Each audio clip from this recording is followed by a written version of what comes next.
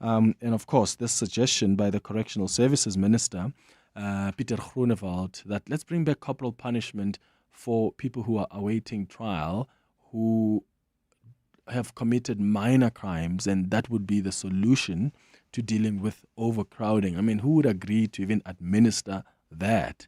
Yeah, it's quite something else, right? Let's start with your WhatsApp voice notes on 072 702 1702.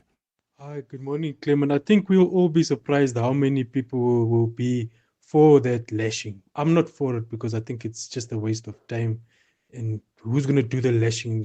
Imagine all that energy exerted just to whoop someone. No. But our communities are already doing that. If you get caught stealing or doing whatever in any of our informal settlements, the community beats you up before they hand you over to the police. So I don't know. Is it the fact that our law enforcers can't do it and that we as citizens are allowed to do it? Clement, morning, Brian here. Yeah, listen, when we were lighties, so like I'm 60 now. So when we were 15, 14, 12 years old, you feared going to the cops for jacks, but it was a fear. So choose right or wrong. And when you went for a hiding, trust me, you got a hiding. So it wasn't just about black people, it was for everybody. Hi, Clement. I think it's Tutugani here from Tembisa. I think, I'm more of support of the community service route, because I feel if we would use that route, then these guys would be service to society and also get a chance to learn a skill in the process. Maybe get them to do some community service. That would also help the government to cut down on some expenditure. For example, the other guy was saying maybe clean government buildings, do gardens in the government building. So you don't have to hire people to do that. You can get those guys to do all that work and then cut down on that expenditure. In a way, they are giving back to society. Good morning, Clement. It's David here in Durban. With regards to the Minister Groenewald proposal or suggestion of corporal punishment, that thing will not work. I mean, how are you going to explain someone 14, 15, or 18 who has committed a crime of some sort, like murder, and you're going to maybe do corporal punishment on them and just whiplash them? I think Groenewald needs to come to the right senses of turning prisons into hotels.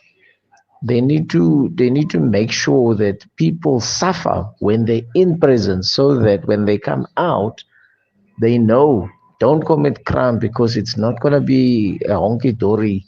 You get a bed and breakfast in South African prison. People must fear the prison. Put me in contact with the minister, and I've got nice suggestions that will keep people out of prisons. Thank you. Thank you for your suggestion. So to be clear, the minister says this would be for minor crimes. 1, 2. Look, we have a constitutional democracy. We believe in human rights, right? So even when you are in prison, you still enjoy human rights. Of course, there are certain rights that get taken away from you, your right to freedom of movement. I mean, there are a number of rights that get taken away from you when you're in prison. You can't move as you wish. You are in this confined area. You eat what is cooked for you. There's a lot that makes prisons difficult. And maybe you're suggesting that let's make it more harsher. But we can't do that to a point that it starts impacting on people's human rights. But still, we need to find other solutions. I mean, did you hear that we're spending 11 million rand on foreign nationals who have committed crimes? That's a lot of money. One of the suggestions he has is that let's take them back to their countries of origins. Let them go serve time there. Isn't that a sensible solution?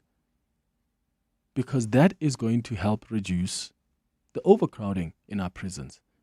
we need to start having conversations with countries where foreign nationals, right, and I'm talking specifically about those that do not have the papers, like that are illegal, right? And I understand, of course, the complexity of some people have just been struggling to get their documents because there's just so much corruption at Home Affairs that they're expected to pay 20,000 Rand, even to get something legitimately, to be put, in the front of the line.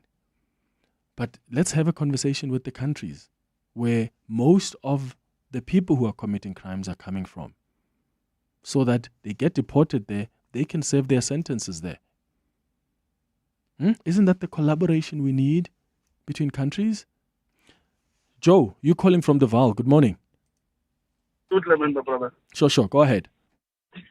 Clement, I'm thinking that this thing that Minister is saying is true to a certain extent, especially this one of community service, because it impacts so many departments. I'm making a simple example. Let's say someone is arrested for shoplifting.